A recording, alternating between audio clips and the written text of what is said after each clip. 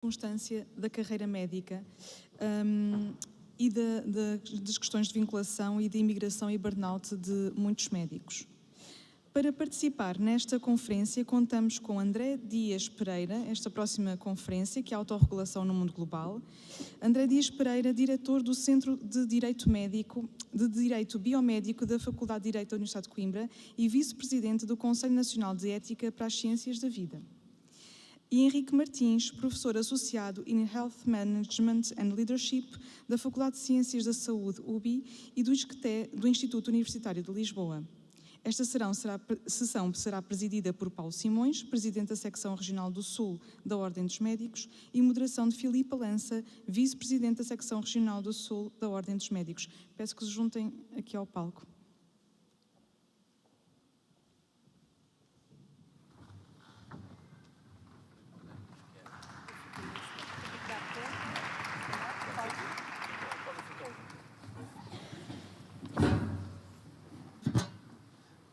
Muito bom, boa tarde, acho que já podemos falar boa tarde, embora não tenhamos almoçado. É um prazer. Quero começar por agradecer. Este desafio foi colocado ao Conselho Regional do Sul para organizar esta mesa redonda sobre autorregulação, e eu propus que, em relação à regulação, falássemos de autorregulação no mundo global. Efetivamente, a perspectiva naquilo que nós somos enquanto associação profissional deriva das guilds e mais tarde veio a organizar-se em corporações. Nós em Portugal não sentimos muito isso, mas a nível académico, nos anos 70, houve muito uma polémica sobre o que é que as associações profissionais representavam verdadeiramente. Se representavam os interesses da sociedade ou, efetivamente, representariam interesses económicos subjacentes às próprias profissões. Passou-se alguns anos, no final dos anos 90, começaram a acontecer algumas situações que levantaram ainda mais dificuldades àquilo que era o trabalho das associações profissionais. Houve o relatório sobre o erro médico nos Estados Unidos, da AMA, e depois, mais tarde, tivemos um outro acontecimento no Reino Unido sobre o caso Bristol, da cirurgia cardiotorácica, em que foi colocada a questão de que, se efetivamente as associações profissionais conseguiam controlar a qualidade da prestação de cuidados à sociedade. Passaram-se muitos anos. Em Portugal, nós temos vindo a evoluir paulatinamente para um processo de retirada de funções da própria Ordem dos Médicos, que no fundo é a Associação Profissional dos Médicos em Portugal. E a alteração recente dos estatutos coloca um bocadinho um dedo na ferida daquilo que é o pensamento europeu, da Comissão Europeia, sobre estas questões. Efetivamente, a Comissão Europeia entende que as profissões e as associações profissionais precisam de mais transparência e que é necessário que a sociedade civil entre naquilo que são estas associações. Isto reflete-se, efetivamente, naquilo que é, neste momento, o nosso Estatuto da Ordem dos Médicos. Se somarmos a esta situação atual aquilo que é os desafios que o século XXI nos está a colocar com a saúde digital, com a telemedicina, com toda esta panóplia de desenvolvimento de novas ferramentas como a inteligência artificial, nós temos aqui um conjunto de questões que nos levam a perguntar qual é o papel da ordem neste futuro global, em que um médico em Portugal poderá tratar doentes nos Estados Unidos ou na Índia, ou o médico chinês estar a tratar doentes em Portugal. De que forma é que nós iremos conseguir controlar, regular e controlar a qualidade da medicina neste mundo que aqui vem? Para esta mesa redonda, nós convidamos dois distintos pensadores sobre questões distintas, mas importantes e que se interligam neste painel, e não sei se a Filipa quer começar por aqui ou posso já avançar. Não sei quem é que dos dois, quem é que vai avançar primeiro para este desafio que aqui é colocado.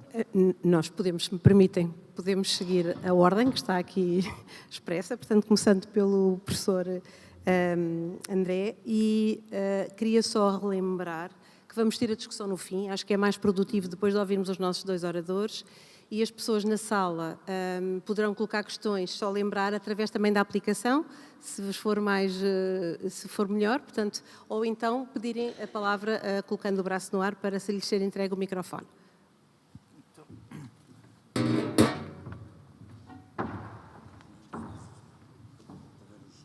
Muito obrigado. É uma grande honra estar no Congresso Nacional da Ordem dos Médicos. Eu não sou médico, não tenho essa graça e formação, sou professor de Direito, mas tenho o privilégio de contactar muito com os problemas da medicina e da saúde e cumprimento o professor Veríssimo, organizador do Congresso, mas o professor Paulo Simões, pelo convite que fez para esta mesa, e na pessoa do bastonário, cumprimento todos os médicos aqui e lá em casa. O que vou trazer aqui é um bocadinho juridiquês, o que não é muito hábito meu, mas tem mesmo que ser, um pouco sobre o que temos depois de 2023 nas ordens públicas profissionais. Por outro lado, penso que poderá ser útil, até porque eu não sou médico, sairmos um pouco do horizonte apenas da ordem dos médicos, para tentar compreender a razão de ser da reforma de 23, as suas falhas, limitações, etc. Como já foi dito e muito bem pelo professor Paulo Simões, de facto, ao longo do século XX foram sendo criadas ordens como corporações públicas, a Ordem dos Médicos em 38, mas nos últimos 20, 30 anos vai havendo algumas críticas a uma certa ideia de corporativismo e com o pensamento do mercado livre da União Europeia também se acentuam aqui algumas críticas. Agora notem, não é tanto propriamente a questão da Ordem dos Médicos, isto é dirigida muito e talvez, se calhar, até a outras ordens, como vamos já ver. Muitas vezes essas críticas são associadas a certas forças políticas ou a certos pensadores do direito. Eu, de propósito, trago aqui um outro, que Vossas Excelências talvez não conheçam, que é nada mais, nada menos do que Noronha Nascimento, que foi Presidente do Supremo Tribunal de Justiça e, por inerência, Presidente do Conselho Superior da Magistratura. E que tem textos, de facto, de uma grande violência, como se pode ver. Nem vou ler, tem ali uns adjetivos muito fortes, que nos coloca aqui um pouco os pontos nos is. O que é que eu quis ao trazer aqui um ilustre juiz, já aposentado, a dizer isto não é propriamente uma crítica que vem de um ou outro partido ou de um ou outro professor de Direito, é um pensamento transversal enfim, alguns pensamentos que andaram por aí nos últimos anos. E agora trago aqui experiências pessoais. Pessoais não necessariamente comigo, mas com pessoas próximas. E falo do que sei que é uma outra ordem. E isto é verdade. Pessoas que demoraram 3 anos para conseguir ter o título de advogado. Depois de 5 anos de licenciatura, 3 anos para ter o título de advogado. Isto não é invenção. Eu conheço isto muito próximo. A pagar a bom preço formações que repetiam o que já tinha sido avaliado na universidade. E depois uma proibição, que tem uma pequena homenagem à minha mãe, que nos anos 80 pensou fazer um gabinete psicojurídico, que era ela advogada e uma colega psicóloga, perante casais em crise, famílias em crise, nada melhor do que ter. Veio no dia seguinte, imediatamente, a Ordem dos Advogados com uma ameaça, porque não pode juntar um advogado com um psicólogo. Ou seja, com estas 3 experiências pessoais, veem que realmente algumas ordens não funcionavam muito bem. E aqui está a lista que se costuma fazer, e há aqui uma criticazinha também à Ordem dos Médicos, que sei que é injusta, designadamente no que diz respeito à abertura de cursos ou vagas em áreas na medicina e engenharia. Depois também se fala ali a necessidade de órgãos independentes, organizações internas, apenas dos seus membros, e depois a tal ideia de que a União Europeia quer, enfim, menos obstáculos à criação de negócios também nestas profissões liberais. Enfim, a benefício do tempo, não vale a pena estar a ler tudo aquilo. Mas, apesar de tudo, esta lei de 12 de 2023 percebem que traz aspectos importantes. Não haver formações redundantes, já dei o exemplo da Ordem dos Advogados, não haver estágios de 3 anos, pagos principescamente. As pessoas pagavam muito mais à Ordem dos Advogados do que em qualquer faculdade de Direito, mesmo privada, para se ter a noção do que estamos a falar. E, portanto, ótimo, um estágio de 12, excepcionalmente 18 meses, com as taxas devidas. A questão da remuneração, isto é um problema muito da Ordem dos Advogados, é complexa, mas de qualquer modo, enfim, os estagiários não recebiam salário, agora, enfim, começam a receber. Depois vamos aos temas que eu aqui vou mais abordar. A questão do provedor do destinatário de serviços, órgãos de supervisão e órgãos disciplinares com membros externos. E aqui também a possibilidade de sociedades multidisciplinares, que não tem sido muito discutido na área médica, mas que pode ser interessante agora também essa possibilidade. No fundo, nunca foi grande impedimento na parte médica. Portanto, diz a literatura, digamos assim, aspectos positivos da lei: mais transparência, com os tais órgãos com membros externos, maior democratização, redução de barreiras, proteção de estagiários. Críticas: alguma perda de autonomia, alguns riscos para a qualidade, e etc. Ora bem, como sabem, o Presidente da República pediu a fiscalização abstrata preventiva da lei, que passou, enfim, com um ou outro voto contra, mas, portanto, passou com grande facilidade. A lei foi aprovada e não foi julgada inconstitucional em nenhum aspecto pelo Tribunal Constitucional. Portanto, parece que vem aqui um professor de Direito dizer bem da lei. Podia ser essa a encomenda para provocar aqui uma ordem. Mas eu queria aqui deixar um ponto importante para a vossa reflexão. Estamos a falar de quê? Estamos a falar de 430 mil profissionais e dos mais qualificados da economia nacional. Cerca de 10% da população ativa. E pensem bem, quanto é que o Estado investe na formação, na regulação, na disciplina de tudo isto? Zero. O Estado tem, à custa dos próprios profissionais, a regulação, a formação, a vida corporativa, a vida académica, enfim, académica no sentido da formação ao longo da vida, absolutamente de graça. Aliás, a mesma lei de 2023 diz: as receitas das associações são as cotas dos seus membros e as taxas cobradas pela prestação de serviço. E ainda se dá ao luxo o legislador de escrever: o Estado só pode, como quem ameaça, atenção, não venham cá pedir nada, não é? O Estado só pode financiar se houver serviços determinados. E que eu, sinceramente, o Sr. Tesoureiro da Ordem dos Médicos, depois do debate, penso que haverá muito pouco, ou raramente. Portanto, este é um ponto. As associações públicas profissionais fazem um serviço extraordinário à sociedade e à economia portuguesa, porque são 10% da força de trabalho e a mais qualificada, sem nenhum custo para o Estado. Por outro lado, também recordar, desculpem lá, eu queria voltar para trás, aqui talvez ande para trás, está aqui, para dizer o seguinte: a Constituição da República também não ignora as associações públicas profissionais. Dedica-lhes um artigo, exatamente, significa que há um reconhecimento constitucional das associações públicas. Portanto, quando Noronha de Nascimento diz: o Estado reconhece se quiser, não é bem assim, porque o Estado funda-se na Constituição e a Constituição reconhece as associações públicas profissionais. Portanto, qualquer Parlamento que viesse simplesmente acabar com as ordens seria inconstitucional, ou que viesse intrometer-se demasiado na vida interna das ordens também seria inconstitucional. Portanto, por um lado, o aspecto económico e prático, por outro lado, o aspecto jurídico e constitucional, que significa que é preciso ter respeito e cuidar do que se está a fazer. Vamos então ver alguns pontos para ser objetivo. Pegando aqui no Conselho Nacional das Ordens Profissionais, que fez a crítica ao órgão de supervisão, ao provedor de destinatários de serviços, ao Conselho Disciplinar com membros externos e aos júris de exame de estágios profissionais. O quarto aspecto penso que é pouco relevante na Ordem dos Médicos, pelo que não falaremos muito. Quanto ao provedor do destinatário dos serviços, realmente, passados já meses, anos, enfim, um ano ou outro, desta legislação, temos que começar a pensar se tem cumprido o seu papel. Para já, como sei, muitas ordens não têm ainda provedor. Aliás, tinha no meu slide inicial, mas não destaquei.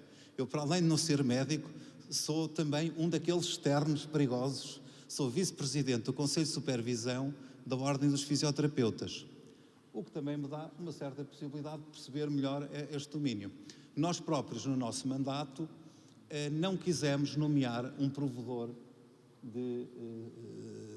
destinatário dos serviços. Com uma razão muito prática, o mandato acaba em dezembro, não íamos estar a impor um nome ao próximo mandato, e também porque o Sr. Bastonário gentilmente nos fez compreender que a lei tem lá uma exigência complicada. Eu sei que nos países católicos não fica bem falar de dinheiro, mesmo depois de uma sessão muito importante sobre as carreiras médicas, mas isto é uma questão muito complicada, é que a lei diz que tem que ser remunerado.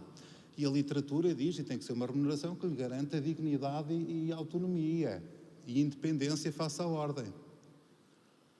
Senhores doutores, as ordens são muito diferentes. Há ordens com 60 mil afiliados, há ordens com 8 mil, há uma ordem com 400. A ordem dos despachantes tem 400 membros.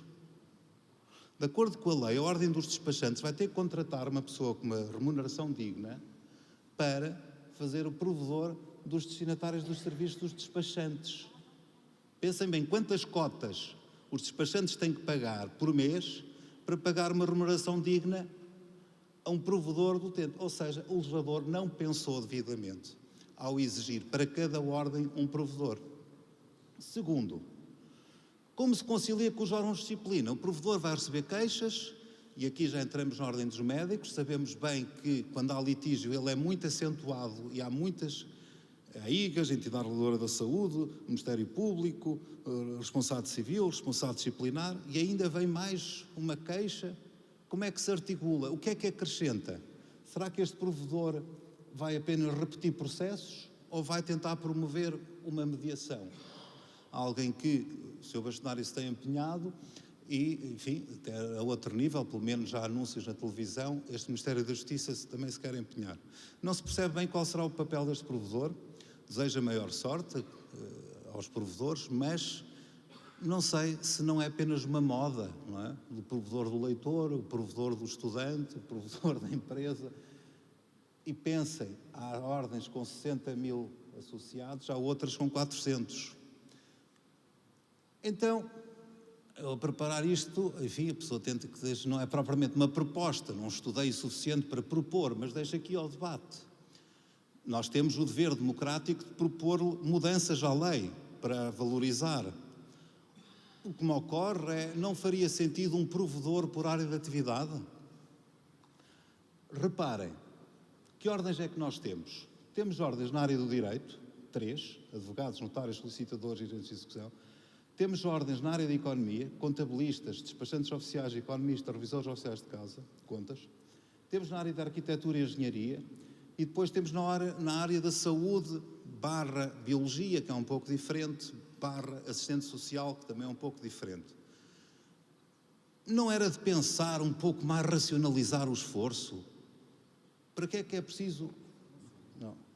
Para que é preciso um provedor para a ordem dos despachantes oficiais com 400 membros? Não bastaria um provedor do destinatário de serviços económicos e financeiros? Não bastaria um provedor do destinatário dos serviços de arquitetura e de engenharia? Não bastaria um provedor, que aliás até era muito mais independente, porque nem sequer era provedor da ordem dos médicos, era o provedor da saúde, e que se calhar nessa altura se fazia justiça no seu salário, ou seja, o Estado, porque se isto é para servir a cidadania e os interesses dos utentes, então é interesse para 10 milhões, não é propriamente nem para 60 mil, nem para 8 mil fisioterapeutas. Porque é que hão de estar 8 mil fisioterapeutas, com o labor da sua vida dura, a pagar cotas para ter um provedor dos serviços? Eu, sinceramente, acho que há aqui, numa perspectiva construtiva, um caminho que me ocorreu, que deixa a vossa discussão. Poderia haver um provedor para o destinatário dos serviços de saúde, e em que a própria sede, o seu próprio local de trabalho poderia não ser exatamente na ordem dos médicos ou na ordem dos enfermeiros, mas num sítio estranho no sentido fora, enfim, mais acolhedor até para quem tivesse queixas. Não sei, é uma ideia que fica aqui em cima da mesa. Quanto ao provedor de justiça, que era outra hipótese, ou seja, estava ali, o provedor de justiça é que teria esta missão. Ele tem esta missão. Será que, se esta missão é assim tão importante, porque é que não se cria condições para que ele se subdivida em vários vice-subprovedores ou vice-provedores de áreas setoriais para estes serviços e pagos pelo Orçamento do Estado, como é o provedor de justiça? Aliás, o provedor de justiça já tem essa competência, porque ele dirige a administração pública, mas estas associações, sendo associações públicas de profissionais, são também associações públicas. Portanto, o provedor de justiça já tinha esta competência. Naturalmente, o legislador quis algo um pouco diferente, mas que tem que ser discutido. E tem que ser discutido porque não foi só um dilema da ordem dos fisioterapeutas. Eu sei que é um dilema de muitas ordens. Talvez as grandes ordens de advogados e dos médicos, e acredito que não tenham pensado nestes termos tão comezinhos. Acreditem, para muitas das outras ordens é um problema gravíssimo. Como é que se vai pagar este trabalhador qualificado? Enfim, pelo menos ao nível de assistente deve estar, não é? Pronto, e é só fazer as contas. Mas desejo-lhes muito boa sorte, mas sinceramente acho que teria ainda mais independência se fosse setorial. Mas compreendo que pode trazer problemas. Quanto ao Conselho Disciplinar, houve a crítica de haver membros, não serem membros da Ordem. Realmente pode-nos parecer estranho ter alguém que não é economista a discutir responsabilidade disciplinar do economista, alguém que não é médico a discutir responsabilidade disciplinar dos médicos. Bom, por um lado, essa é a crítica do desconhecimento das leges artis é válida. Pode trazer a vantagem que, enfim, no debate interno, tenham a necessidade de conseguir comunicar a leigos os critérios de violação ou não das leges artis ou dos outros deveres deontológicos, que são muito mais do que as leges artis. Poderá assegurar maior neutralidade da decisão, a tal ideia de não haver o tal corporativismo de quem está de fora acusa, que eu sei que não é tanto verdade nesta ordem, e não haver conflito de interesses. Portanto, eu acho que esperar para ver, acho que é preciso ver o que é que trazem, outro olhar sobre a medida da pena, sobre as penas aplicáveis, talvez o olhar de fora possa ser interessante, veremos, os órgãos estão constituídos há pouco tempo, só a prática o dirá. Portanto, quanto a isto, acho que é preciso dar algum período de experimentação antes de fazer sugestões. Os exames de estágios profissionais aqui não têm muito relevo, mas foi uma crítica que eu vi muito forte na ordem dos engenheiros, quase escandalizados, como é que um não engenheiro podia estar num júri para avaliar um estágio de um candidato a engenheiro na ordem dos engenheiros. É verdade que um leigo de engenharia não domina as leges artis, mas há outras componentes na profissão que vão para além das componentes técnicas. Portanto, diria que também é algo que merece, pelo menos, ser experimentado antes de criticar fortemente. Quanto ao conceito de supervisão, aí realmente é um ponto em que eu queria também dar algum contributo. Porque este conceito de supervisão pode ser visto como alguns, erradamente, como um conselho que está acima dos outros órgãos. Ora, nada de mais errado. Até é curioso ver no chamado protocolo das ordens profissionais, coloca-se o bastonário em primeiro lugar, depois a Assembleia Geral, ou o Conselho Geral, ou a Assembleia de Representantes, e depois os outros órgãos, designadamente o Conselho de Supervisão. Isso já nos dá uma nota de que ele visa exatamente ser um conselho acessório, lateral, enfim, que acompanha os relatórios da disciplina, os relatórios do bastonário, os relatórios fiscais, que deve ter uma supervisão prudente e cautelosa. Como muito bem disse outro conselheiro, Henriques Gaspar, que é o presidente do Conselho de Supervisão da Ordem dos Advogados. Ou seja, não é um fiscal, não é um Ministério Público que se mete dentro das ordens, não. Faz um acompanhamento prudente, cauteloso, pede relatórios, pede explicações, mas não está ali propriamente como um polícia a querer controlar que seja o bastonário, seja o Conselho de Disciplina, que isso seria o pior que se podia fazer a esta lei. A lei traz esta mudança muito radical, muito perturbadora, depois de décadas e décadas de experiência. Não se pode pensar que agora, que seja, por exemplo, este vice-presidente, mas na verdade presidente em funções do Conselho de Supervisão da Ordem dos Fisioterapeutas, que vai dar lições ao bastonário ou ao Conselho da Ordem dos Fisioterapeutas. Quer dizer, seria absolutamente estultice, se não mesmo estupidez, pensar que o poderia fazer. Pode pedir relatórios, pode aprovar, não aprovar certas especialidades, pode pedir explicações, mas com humildade. Portanto, é isso que se recomenda aos Conselhos de Supervisão e seguramente está a ser feito por todos. Às vezes surge uma polémica, não tanto com os bastonários, mas com o Conselho Disciplinar. E aí é muito interessante que a própria lei, e esta é a lei geral, não é da Ordem dos Médicos, é a lei de 23, diz o seguinte: o que é que ele pode fazer? Apenas pedir o relatório de atividades e fazer recomendações genéricas. Estão muito atrasados, têm muita pendência, ou têm penas muito leves, ou têm penas muito graves. Enfim, não propriamente estar a imiscuir-se em problemas concretos. Quanto à atividade formativa, também pode ser interessante. Aqui na Ordem dos Médicos pode ser relevante a questão do reconhecimento de competências obtidas no estrangeiro. Portanto, o tal acusação, às vezes, de algum corporativismo pode ser esbatido com este órgão do Conselho de Supervisão, com uma maioria de personalidades não membros da Ordem dos Médicos. E, portanto, pode ter aqui algum interesse útil se for exercido com prudência. Quanto à supervisão da legalidade, é preciso ser muito prudente. Não é um polícia, não está lá para isso, apenas perante, enfim, violações repetidas, reiteradas, ilegalidades graves. Então o Conselho de Supervisão tem que alertar as autoridades, naturalmente. E até a lei é muito clara ao dizer que o órgão de supervisão e o órgão disciplinar são independentes no exercício das suas funções. Bom, concluo, e já vos roubei muito tempo, para dizer o seguinte: a lei está em vigor, temos que a respeitar, passou no Tribunal Constitucional, temos agora que, a seu tempo, fazer a sua avaliação. Eu acho que sob o provedor do destinatário dos serviços já podemos fazer alguma avaliação. A dificuldade que todas as ordens tiveram até hoje, e já passaram, enfim, 2 anos, em nomear ou em pôr em funcionamento este sistema, sobretudo as mais pequenas, com 400, 8.000, 5.000, 2.000 associados, deve-nos fazer refletir que, se calhar, temos que encontrar uma alternativa. Sobre o Conselho de Supervisão, às vezes vejo conselhos muito grandes. Também não sei se era necessário, às vezes, sei lá, na Ordem dos Advogados é um número muito grande. A dos médicos não sei se é grande, se não. A dos fisioterapeutas é pequenina. Talvez não fosse preciso tanta dimensão.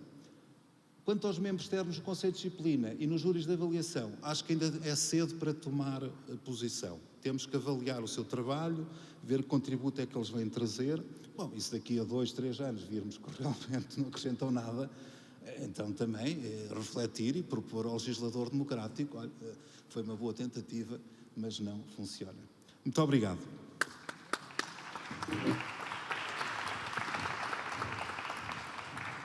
Muito obrigado, professor André Dias Pereira. Sem dúvida, muito esclarecedor. Estou certa que surgirão algumas questões. Iríamos então passar para o professor Henrique Martins para depois fazer o debate no fim. Muito bom dia. Muito obrigado pelo convite. Através do Sr. Bastonário, cumprimento todos. Agradeço ao Dr. Paulo Mendes por me convidar para este painel. E estava aqui a pensar qual é o nosso problema de autorregulação. A pensar se fazia ou não uma piada, mas como normalmente faço sempre umas piadas que ninguém gosta, um dos nossos problemas de autorregulação é o tempo. Portanto, a gente para a próxima. Portanto, vou tentar ser breve. Não sei se os meus slides vão andar, mas vou experimentar. Eu vou começar, por causa disto, pelo último slide. Assim, eu sei que a nossa moderadora e o nosso presidente estão nervosos. Portanto, eu fiz muitos slides, depois ficaram disponíveis, que partem algumas ideias para discussão futura. Temos tempo, tudo aquilo que eu vou apresentar está aí, está para ficar e está para nos perturbar como médicos. E então decidi começar pelo fim. Fiz o slide no fim, depois voltei a pôr.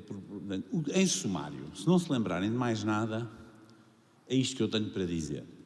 A autorregulação, qual o papel da ordem, das ordens, do código deontológico, nos novos capítulos que eu sei que estão em discussão, mas que ainda não saíram cá para fora, da telemedicina, da inteligência artificial e do papel também do código disciplinar. Eu, por natureza, enfim, daquilo que tem sido o meu percurso como médico, os tipos de informática dizem que eu não sou informático. Os meus colegas médicos dizem que eu já não sou médico. E depois fui fazer Direito e os professores de Direito davam umas notas sempre com esta frase: nada mal para uma pessoa que não é de Direito. Pronto, de maneira que eu já estou nesta vida assim um bocadinho espartilhado, já nem sei a que ordem me pertenço, nem a qual seria capaz de me autorregular. Mas a questão para mim, e vão ver em alguns aspectos nomeadamente relacionados com a decisão médica apoiada por inteligência artificial, vai haver aspectos disciplinares. Ou seja, eu não sou dos defensores da ética como instrumento único do controle e da autorregulação e da heterorregulação, sobretudo num paradigma que está agora a acelerar a uma velocidade sem precedentes. Nós não estávamos habituados a uma tecnologia ser criada literalmente em março de 2022, o ChatGPT, e à data de hoje já termos notas de alta feitas com inteligência artificial, com os médicos a falarem e aquilo depois sumarizar e fazer uma nota de alta e injetar no S-Clínico. Nós não fomos desenhados para esta velocidade. Aliás, basta ver a descrição do meu antecessor, isso é uma lei de 2023, e ele apresentou isto como uma coisa recentíssima, a lei de 2023, uma coisa recente, mas nessa mesma altura apareceu, por exemplo, o ChatGPT em grande escala. E eu, a semana passada, estava na Conferência Americana de Informática Médica, numa sala só sobre AI Scribe, ou seja, só sobre dados, ciência, Medical Informatics é uma ciência, portanto, estudos sobre o uso de inteligência artificial na documentação clínica de vários hospitais americanos, e uma discussão muito interessante, que se liga com a discussão de hoje de manhã, sobre a educação médica, que ninguém soube responder é bom ou não um jovem interno do primeiro ano utilizar um sistema de inteligência artificial para fazer documentação? Até que ponto isso o ajuda a estruturar a documentação e até que ponto o ajuda, ou pelo contrário, prejudica a construção do raciocínio clínico? E qual foi a solução do hospital, uma grande universidade da Califórnia ou em Boston? O diretor do internato decide se os internos devem ou não usar aquele software. O que me parece engraçado, porque obviamente cada diretor do internato em cada sítio nos Estados Unidos vai, enfim, como que por divina inspiração, opinar sobre o efeito pernicioso para a construção do raciocínio clínico de uma ferramenta de inteligência artificial que nós não sabemos muito bem sequer como é que funciona. Ora, isto está errado. A resposta, eu não levantei a mão, não tive tempo, e no caso dos Estados Unidos não há uma ordem como nós, há para aí umas 49 ou mais, nem sei, deve haver umas quantas por cada estado. A resposta certa naquela sala seria a ordem profissional dos médicos do país em causa. E a pergunta que eu tenho para todos, que assim é rápido, somos nós capazes de, hoje à tarde, fazer um workshop e responder esta pergunta? Em que ano da formação de um médico é bom ter acesso a certo tipo de ferramentas e em que anos é que é mau, porque isso pode prejudicar o processo de raciocínio que nós queremos construir, o processo de raciocínio crítico, de espírito de empatia. Como é que uma ordem faz isto? Primeiro, tem que saber sobre a tecnologia, tem que conhecer estas tecnologias e tem que, de uma vez por todas, se digitalizar. Tem que ser uma ordem digital e os seus membros também têm que ser digitalizados. Não estou a dizer que vamos ser todos transformados em avatares, está bem? Mas estou a dizer que temos que ganhar competências críticas nesta área. A segunda questão é que esta autorregulação e esta regulação, no caso das tecnologias digitais versus a prática médica, que vou falar muito rapidamente, é mista entre a Ordem, a Entidade Reguladora da Saúde e o Infarmed. Pelo menos estas três entidades me parecem essenciais. Por exemplo, numa questão tão simples, eu vou-vos dar um exemplo muito simples. relatórios de imagiologia que têm como primeira fase a leitura de inteligência artificial e depois o relatório humano a seguir. Eu chamo isto já um relatório de inteligência híbrida. Como é que se regula isto? É que o software cai dentro do regulamento dos medical devices, a prática, o procedimento através do qual o serviço de imagiologia daquele hospital incorpora este device na prática dos seus, neste caso dos seus radiologistas, cai nas competências da entidade reguladora da saúde, mas a decisão final, o relatório final, é da competência ainda e da responsabilidade médico-legal, a não ser que o Dr. André me corrija, eu estudei um bocadinho de direito, mas não foi muito, e assim sempre complementamos, continua a ser do médico. Então há aqui um percurso humano que depois acaba por ter que ser regulado de várias maneiras. Pode o médico dizer, eu não uso este software porque acho que não é bom, como já o fez no passado, que disse eu preciso de um bisturi diferente, senão não opero este doente? Tem ele essa capacidade de discernimento ou precisa de ferramentas para poder ter esse discernimento? É que não é a mesma coisa. Eu posso olhar para umas luvas e vejo que as luvas se rompem e digo, não, com estas luvas não opero, e claramente que não há dúvidas nenhumas, não há nenhum cirurgião nesta sala que não concorde que isto é um ato, é dos atos mais básicos da autorregulação. É eu recusar-me a fazer um ato quando eu acho que não estão reunidas as condições técnicas para a segurança do meu doente. Eu ainda me lembro uma vez quando fiz uma queixa no Amadora Sintra, na urgência, porque éramos poucos e havia muitos doentes e poucos médicos. Isto foi há uns anos e havia mais médicos do que agora há e provavelmente menos doentes, mas pronto, isto depois fica para outro dia. Conclusão, autorregulação pela formação. Eu acho que o pilar fundamental, e complementando com o orador anterior, vamos perder competências, agora estou a vestir a minha camisola corporativa, que eu também consigo, de vez em quando, vamos perder competências, se calhar o Estado regulador vai nos tirar competências, se calhar a sociedade já não confia nas ordens, isso poderá ser tudo verdade.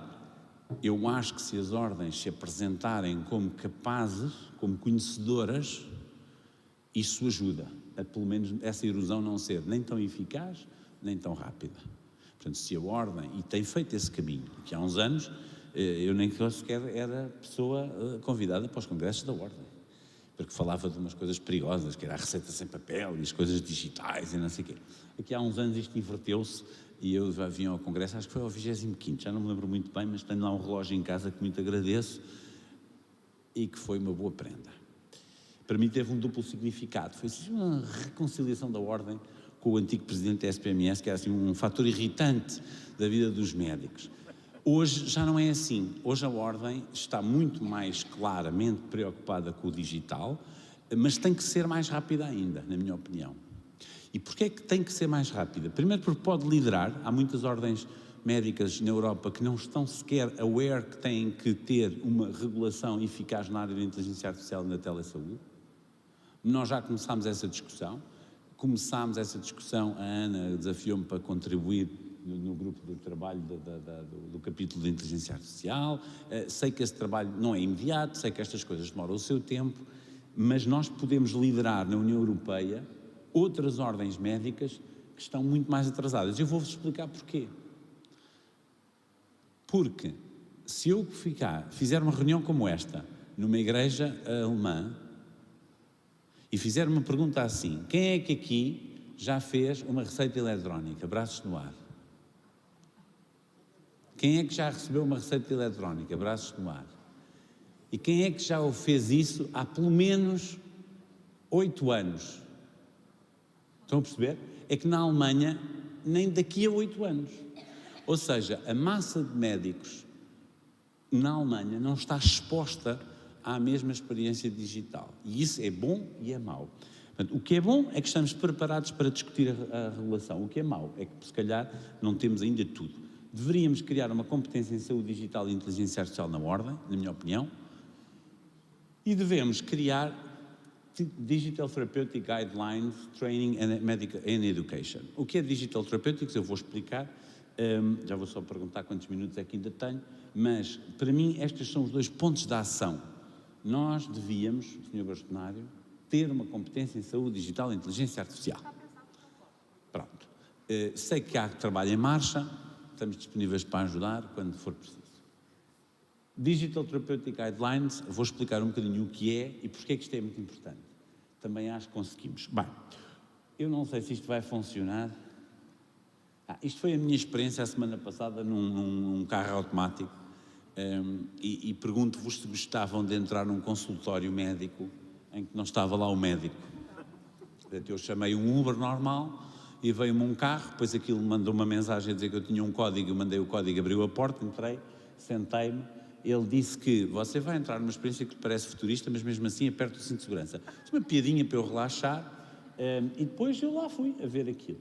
E, portanto, deixa eu ver se isto anda para trás. Eu já percebi que para trás aqui, na ordem, não é fácil. E isso é bom, eu acho que isso é bom. Pronto, mas foi a minha experiência. Agora imaginem, esta é a experiência que nós estamos às vezes a convidar os doentes a sentir quando ligam para certas linhas de apoio telefónico, para não dizer nomes. É um sentimento de, mas não está cá ninguém. Esta regulação é muito complicada, esta autorregulação é muito complicada, porque os médicos e a ordem vai ter que se ver num panorama de pelo menos 4 a 5 regulamentos europeus complexos, interdependentes e mal articulados.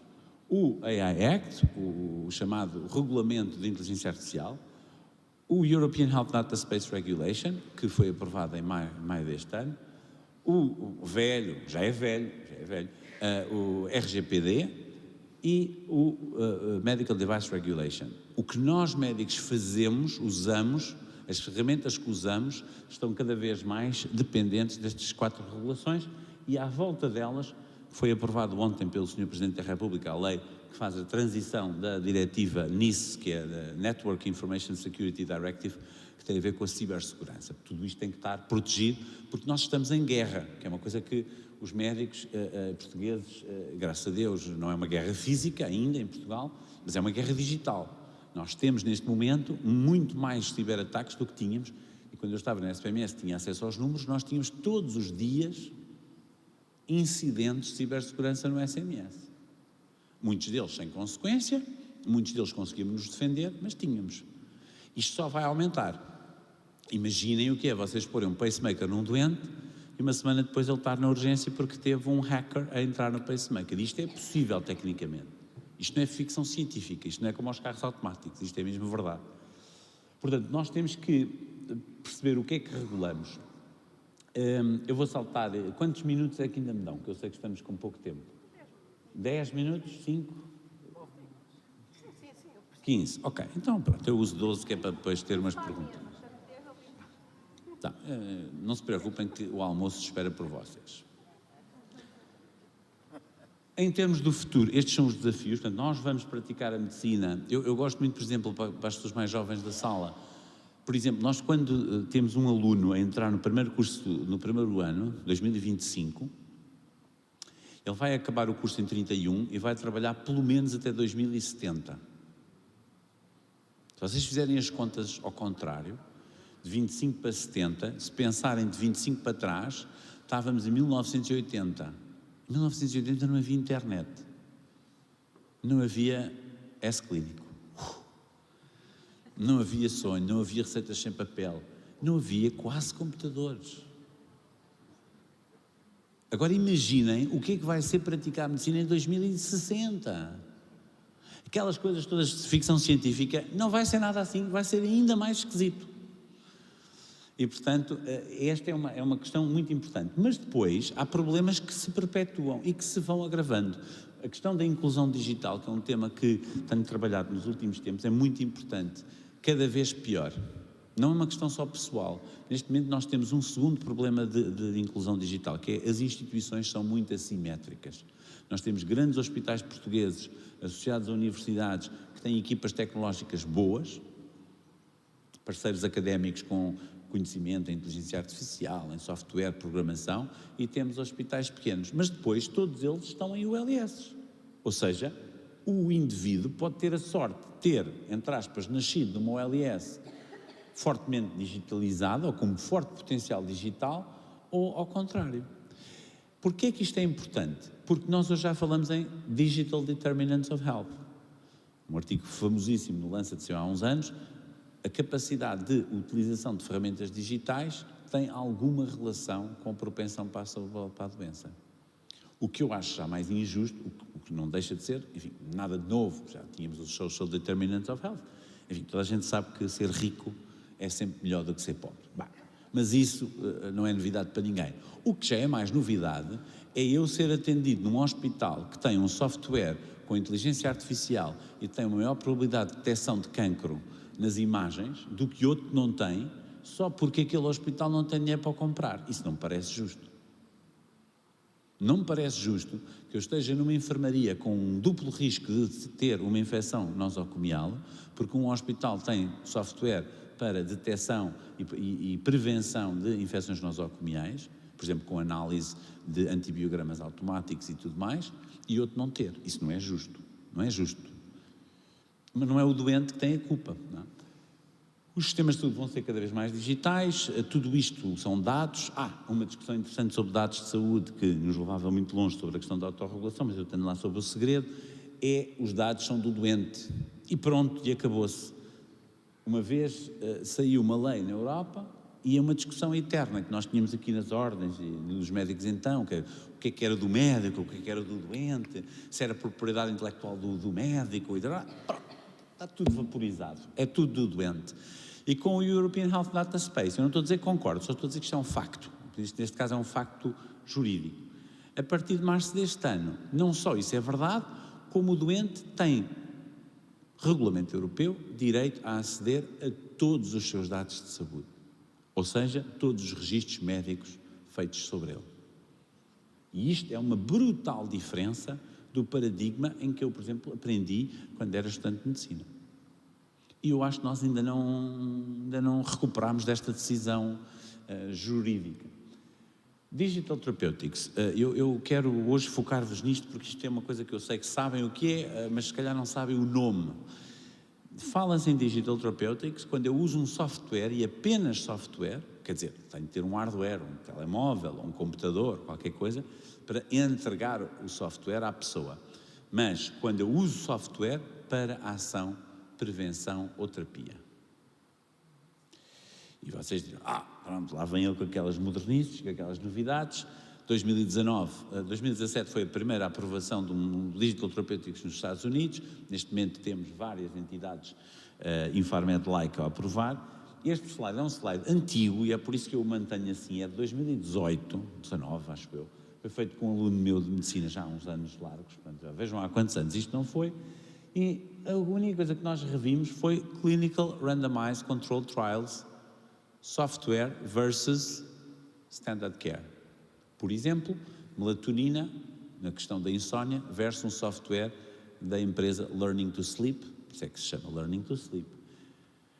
Temos, neste momento, dezenas de produtos destes. No caso da Alemanha, temos a lei DIGA, que é uma lei que permite a coparticipação das insurance alemãs, portanto, das seguradoras alemãs, para Digital Therapeutics. Portanto, nós temos hoje um manancial terapêutico de software apenas. Qual é o papel do médico aqui? Prescrever Digital Therapeutics, tal como prescreveu durante décadas comprimidos. Chemical Therapeutics, que é uma palavra que... Mas o que é isso, um Chemical Therapeutics? Então, é exatamente uma molécula que, tomada num determinado dia, em determinada quantidade, tem uma determinada ação terapêutica. Um software é exatamente a mesma coisa. Vocês dizem, mas isto é mesmo eficaz? Vão estudar os estudos, vão ler, vão criticar, criem congressos onde se discuta Digital Therapeutics, mas há uma coisa que nós sabemos. Fobias, muitas das questões da saúde mental, várias questões de distúrbios do comportamento e o sono é um comportamento, são claramente passíveis de se enquadrarem nesta questão. E, portanto, eu vou saltar o metaverso, porque não estamos lá. Sei que o Paulo é um fã da telesaúde. Eu não tenho um slide que devia ter posto aqui, que é sobre uma proposta da necessidade urgente de começarmos a trabalhar a nível global num tratado global sobre Digital Health, exatamente pela questão the mutual recognition of medical practice. Portanto, nós temos um problema real, neste momento já a acontecer, que é nós temos médicos em Portugal que falam, por exemplo, ucraniano / russo, às vezes os ucranianos não gostam que a gente diga que é russo, mas aquilo é mais ou menos parecido, a fornecer serviços de medicina a residentes ucranianos em Portugal, mas sobretudo a ucranianos na Ucrânia. Com o advento da cross-border e-prescription, que é uma coisa que, não sei se sabem, mas nós já temos em 17 países da União Europeia, portanto nós temos a capacidade de fazer uma receita aqui hoje e o português meter-se no avião e ir levantar o comprimido à Finlândia. É fácil de imaginar que os portugueses que vivem na Finlândia podem manter o seu médico à distância em Portugal e levantar os medicamentos na Finlândia. Uma das grandes barreiras para a cross-border telehealth era a prescrição eletrónica, a não eletrónica. A partir do momento em que eu tenho prescrição eletrónica, a barreira mais importante, que é o ato, não é o único ato, nem é o mais importante numa consulta, na minha opinião. A prescrição não é a coisa mais importante, mas é uma coisa muito importante, pelo menos estatisticamente. 60% a 50% das consultas terminam numa prescrição.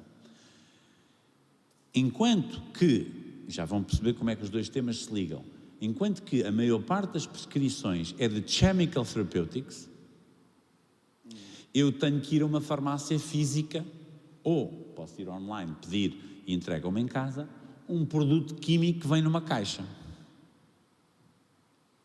Estão a imaginar onde é que eu estou a ir. A partir do momento em que eu começo a ter digital therapeutics, com participadas e avaliadas pelo regulador, eu posso inclusivamente apenas mandar o link para a app que deve passar a utilizar para tratar este problema. Não há aqui já nenhuma barreira. Aqui há uns anos, a barreira linguística, a grande nação portuguesa, os brasileiros, a lusofonia, meus caros. Hoje em dia, primeiro, se formos por aí, vejam um mercado brutal. Os mesmos portugueses dizem, não tenho trabalho. É abrir um consultório de telemedicina em português e trabalhar para o Brasil, que há ali montes de doentes, não há falta de doentes. Se eles são capazes de pagar ou não, é outra questão, mas não há falta de doentes, não há. Uma coisa é a necessidade, outra coisa é o mercado. Mas já para terminar, hoje em dia já temos sistemas de tradução tão eficazes, que é já possível estar a fazer uma teleconsulta em português e o doente estar a ouvi-la em paquistanês. Ou seja, não há limite técnico, não há limite do ponto de vista da União Europeia jurídico para a distribuição de medicamentos. E então a pergunta é como é que eu autorregulo esta profissão, esta nova profissão, o telemédico. Ficamos aqui a discutir. Há uma coisa que eu sei, enquanto não soubermos sobre isto, não nos safamos. Duas últimas ideias sobre a inteligência artificial, porque quer dizer, uma pessoa como eu não falar de inteligência artificial, que até parece não tenha inteligência natural. Hoje em dia tem que -se sempre falar destas coisas. Primeira coisa, ir às origens. As origens são sempre uma coisa boa, não é? Eu, por exemplo, não sabia das carreiras médicas, tirei um slide para ficar mais instruído. Sobre a questão das carreiras médicas, gostava de fazer uma provocação, que é carreiras médicas e não carreira médica.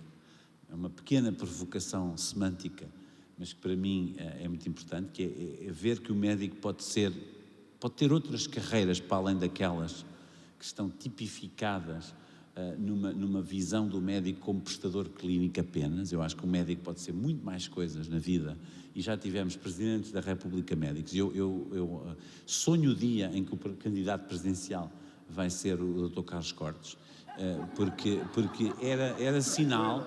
Não, mas eu digo isto com gosto e com orgulho. Eu vou-vos explicar porquê. Porque se calhar, algumas das coisas que as repúblicas estão a precisar é mesmo de ter gente profissional a presidir. Não estou a dizer que o atual presidente não é um bom profissional. Só estou a dizer que os médicos se afastaram de outras coisas que também geram saúde nas populações. Apaixonaram-se pelas cirurgias, apaixonaram-se pelos comprimidos, apaixonaram-se pela saúde digital e esqueceram-se de um dos maiores instrumentos transformadores, que é a política.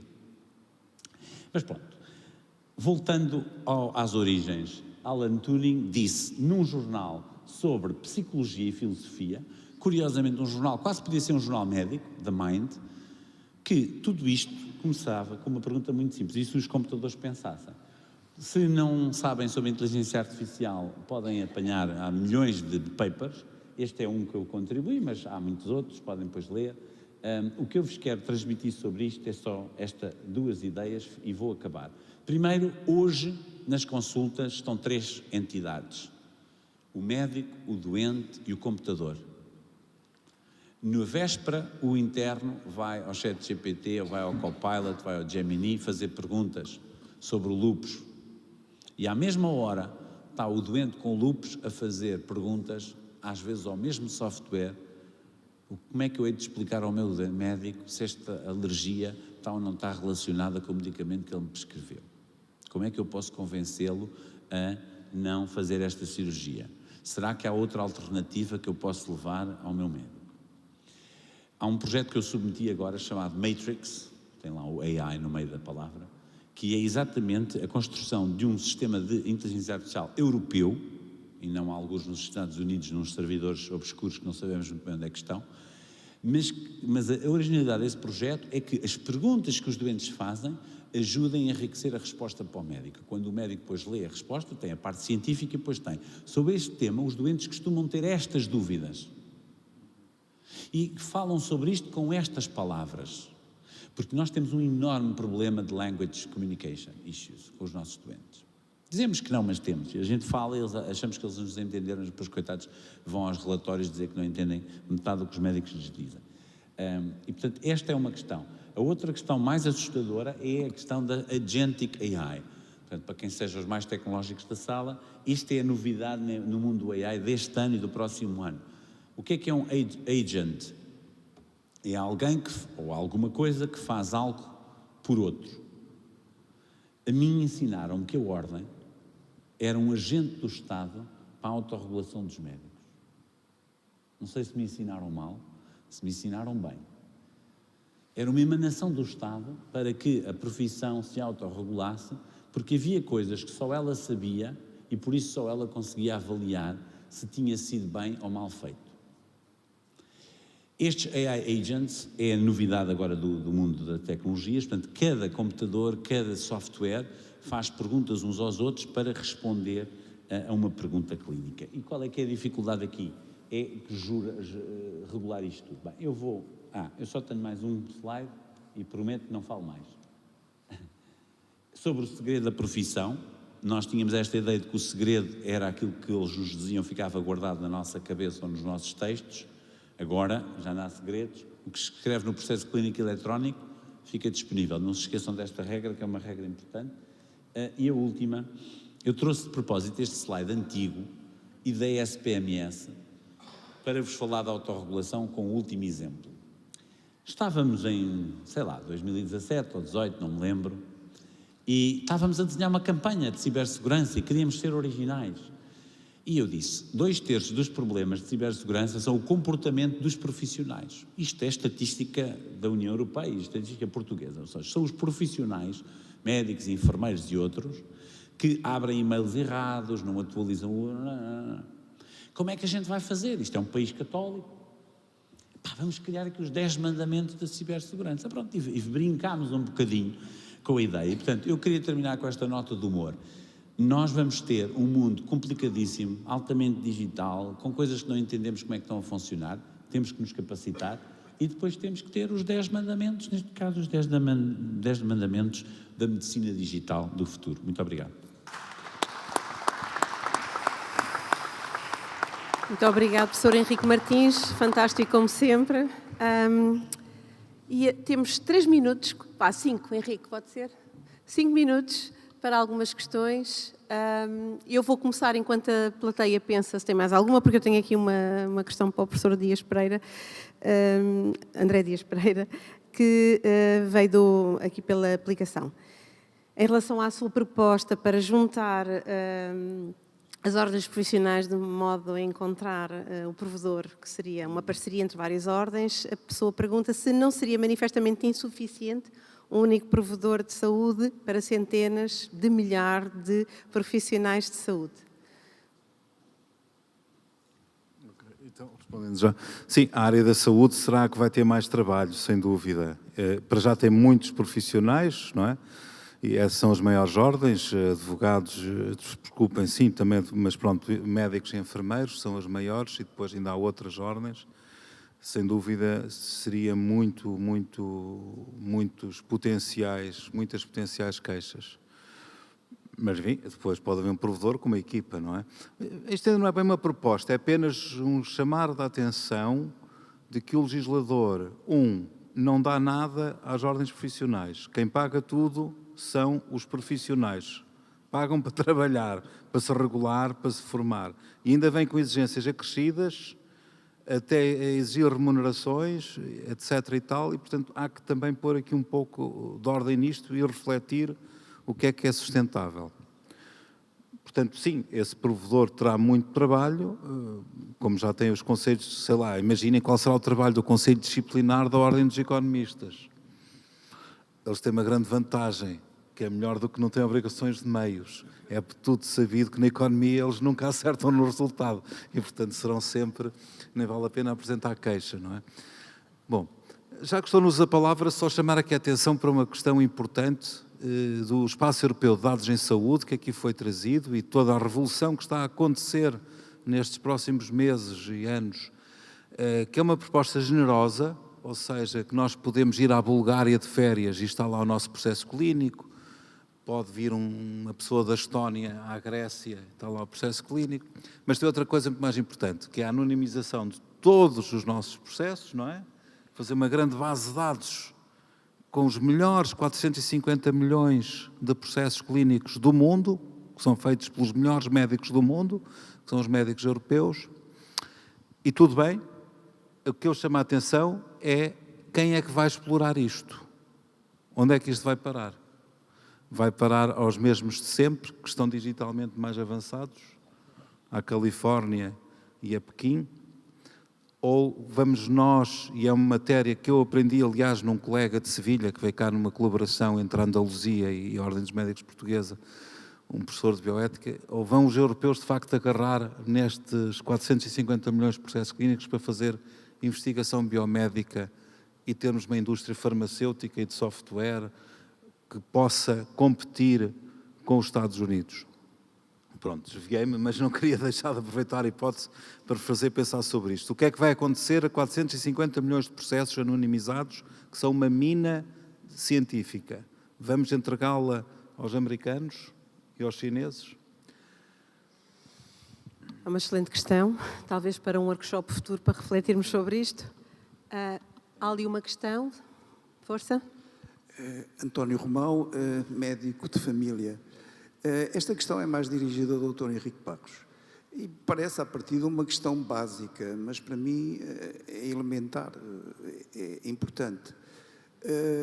Pergunto-lhe como é que podemos conciliar a dita consulta de proximidade, baseada no olhar, no contacto, em todos estes pressupostos da medicina hipocrática, com estas novas dimensões da medicina digital.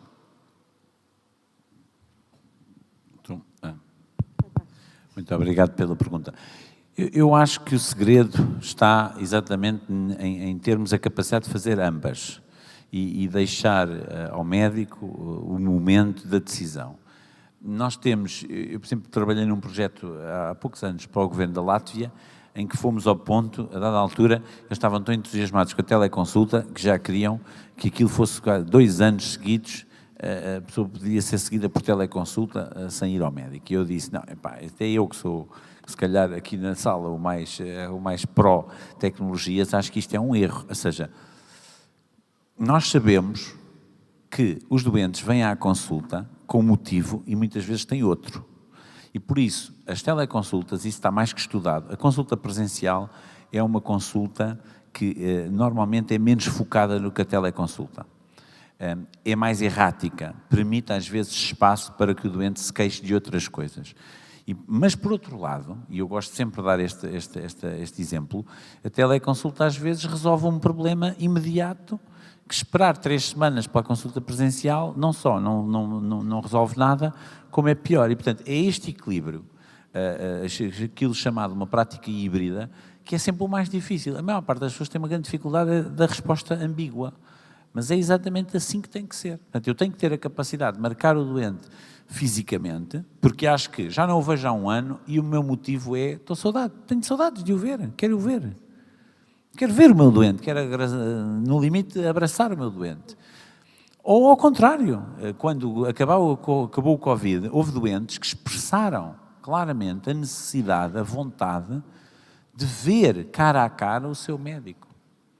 Não é que precisassem, a receita até podia ter sido repetida eletronicamente, mas expressaram essa necessidade. E, portanto, a resposta é alternar. Eu, por exemplo, acho que em muitas especialidades a primeira consulta deveria ser proibido de ser teleconsulta, ao passo que noutras é ao contrário, a primeira consulta pode perfeitamente ser uma teleconsulta porque aumenta o acesso, acelera o processo de acesso, estamos com atrasos importantes no acesso, então eu tenho uma primeira consulta que é online, que é rápida, e depois permite-me fazer ali uma triagem e dizer, não, venha cá para a semana porque isto realmente parece uma coisa importante.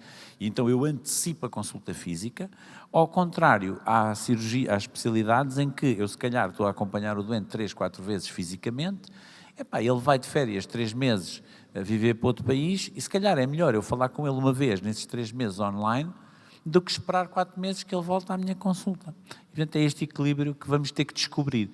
Regular isto, autorregular isto, criar guidelines, eu acho que não há problema nenhum. Eu posso salientar, nós fizemos normas de orientação clínica para telemedicina em 2014 e em 2015, na Direção-Geral de Saúde, na altura com inputs da Ordem dos Médicos, estão por revisitar. Passaram 10 anos. É impossível que aquelas normas de orientação clínica estejam válidas.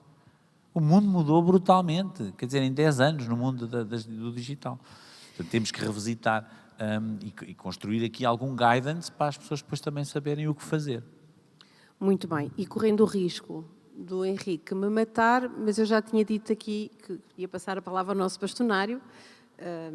O Henrique percebe? É?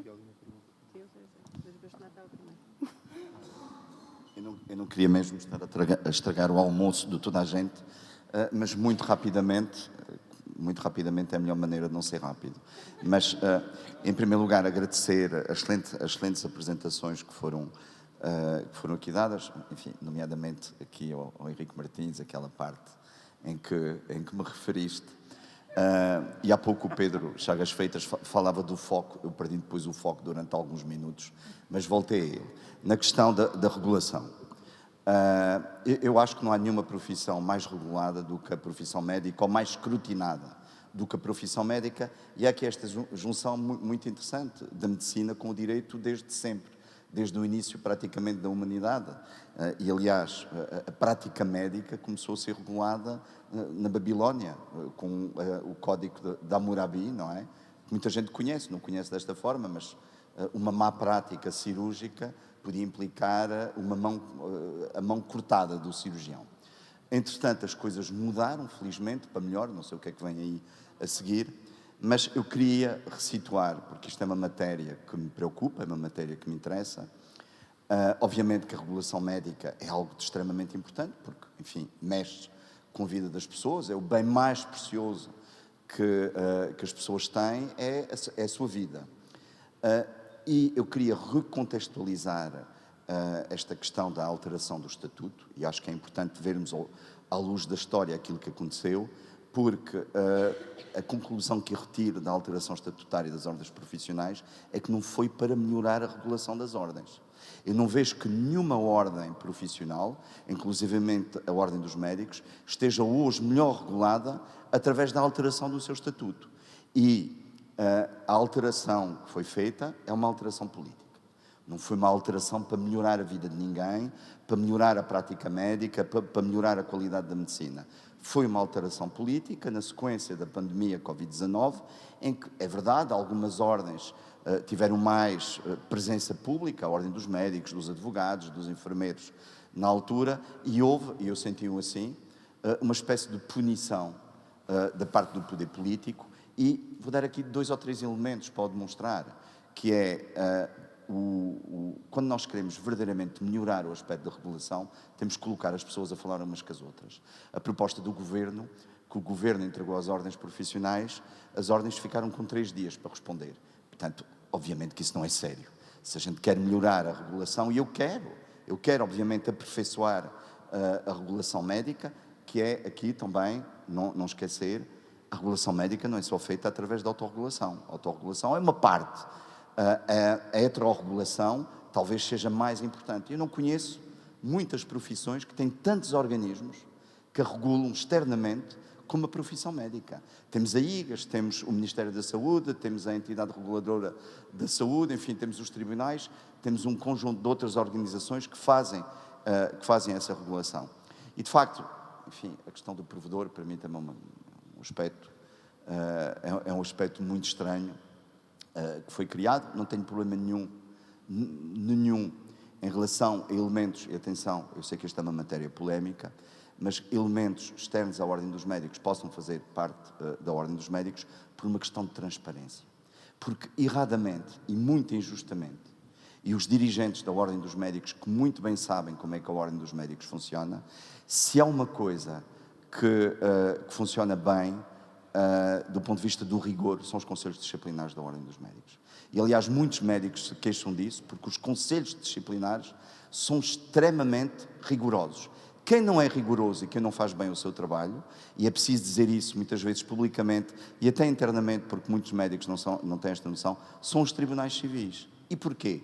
Porque muitas vezes nos conselhos disciplinares são colocados recursos para o Tribunal Civil e os tribunais civis demoram muito tempo a dar uma resposta. Eu só quero dar este exemplo, não me quero alargar muito, eu disse que ia ser breve, como bem se recordam, a questão do médico um médico da ginecologia obstetrícia que violou vários pacientes.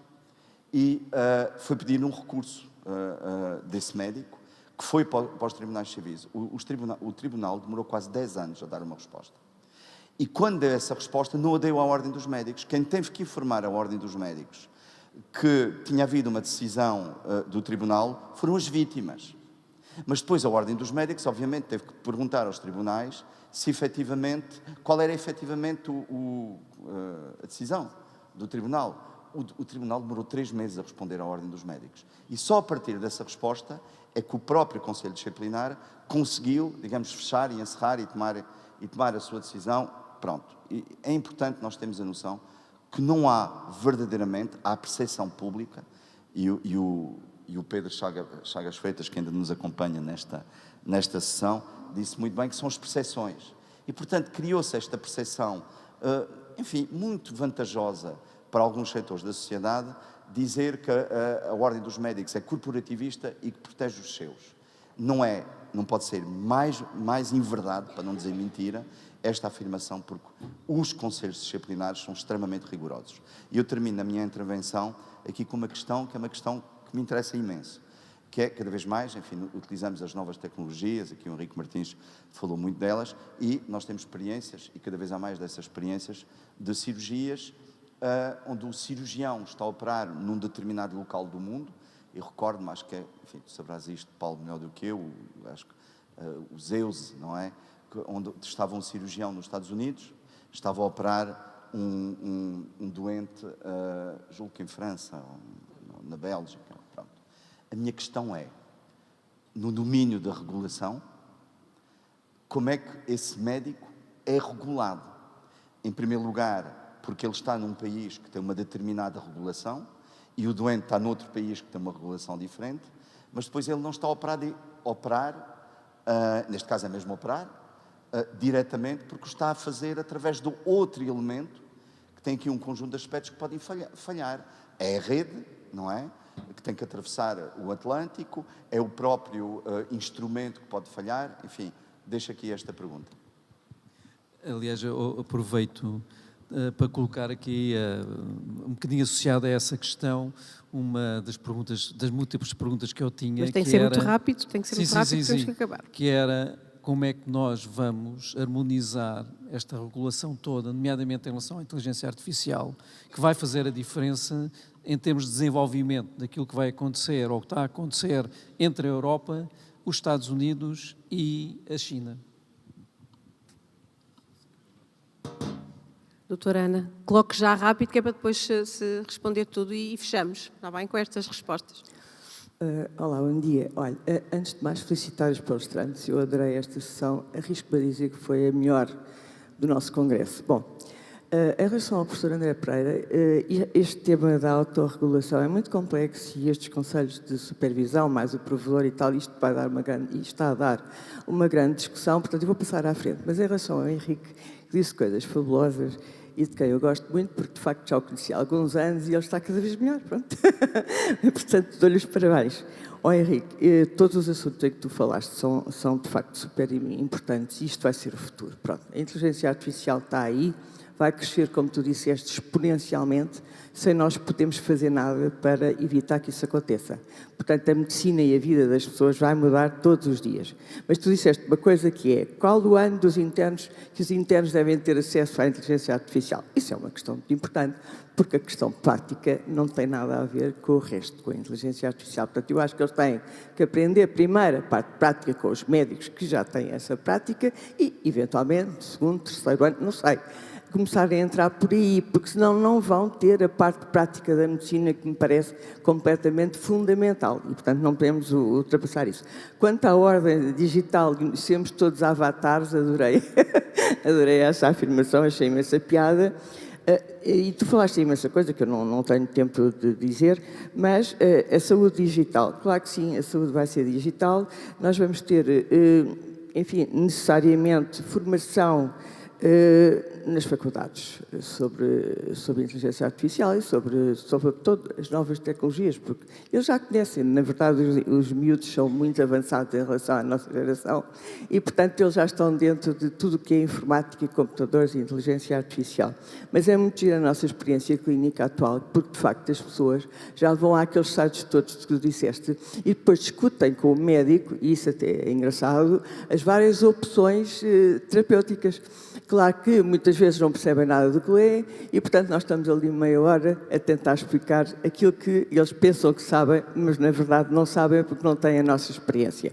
Depois, a terapêutica digital, naquelas áreas que tu falaste, nas áreas psiquiátricas, eu não tenho experiência nenhuma, mas imagino que seja também uma boa opção. Portanto, olha, muito obrigado mais uma vez e dizer que os 10 mandamentos são fundamentais de cibersegurança. Portanto, muito obrigado mais uma vez.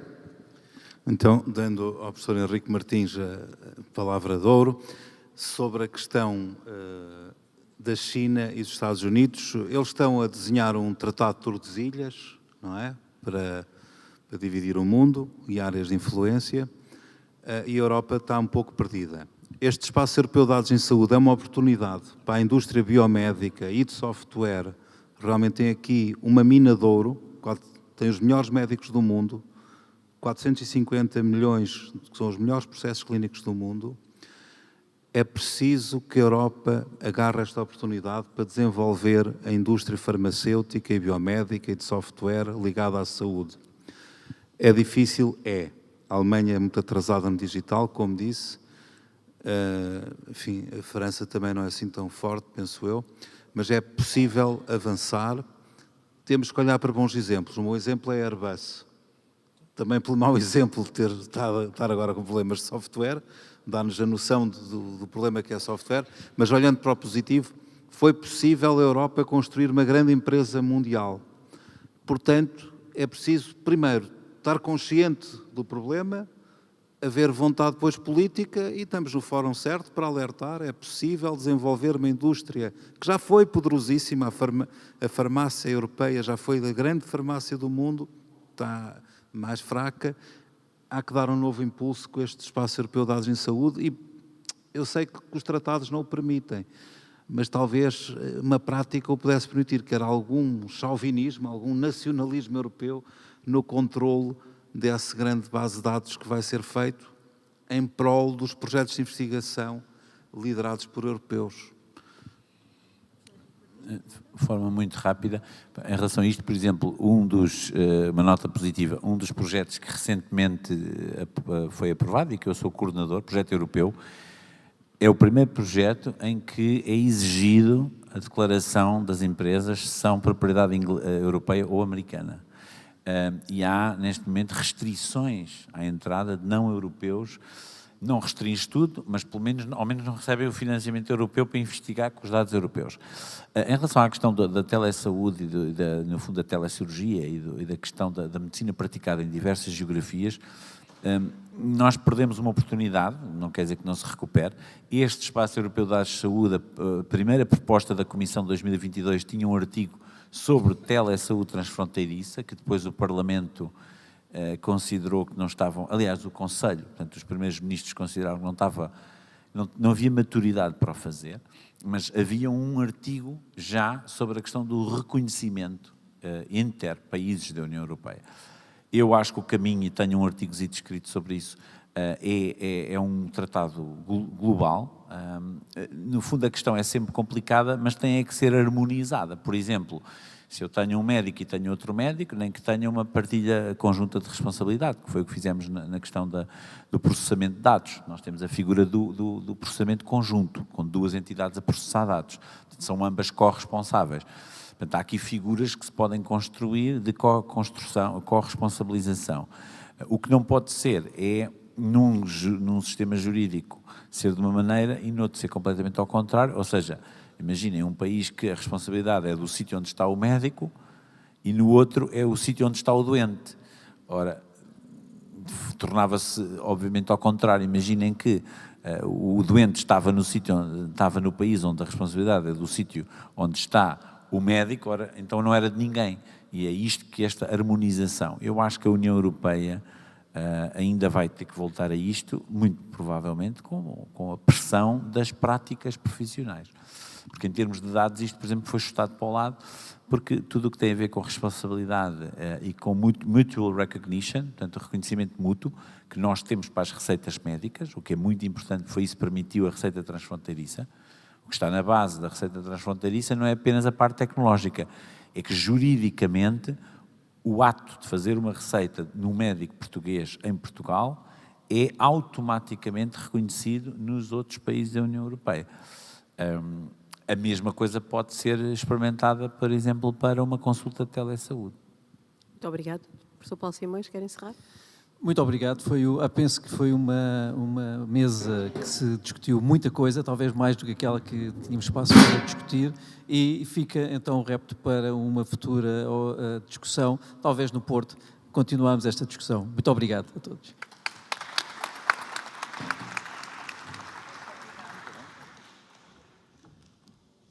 Muito brevemente, antes do almoço, e agradecendo a todos os palestrantes desta belíssima sessão, eu chamo agora ao palco a doutora Ana Couceiro,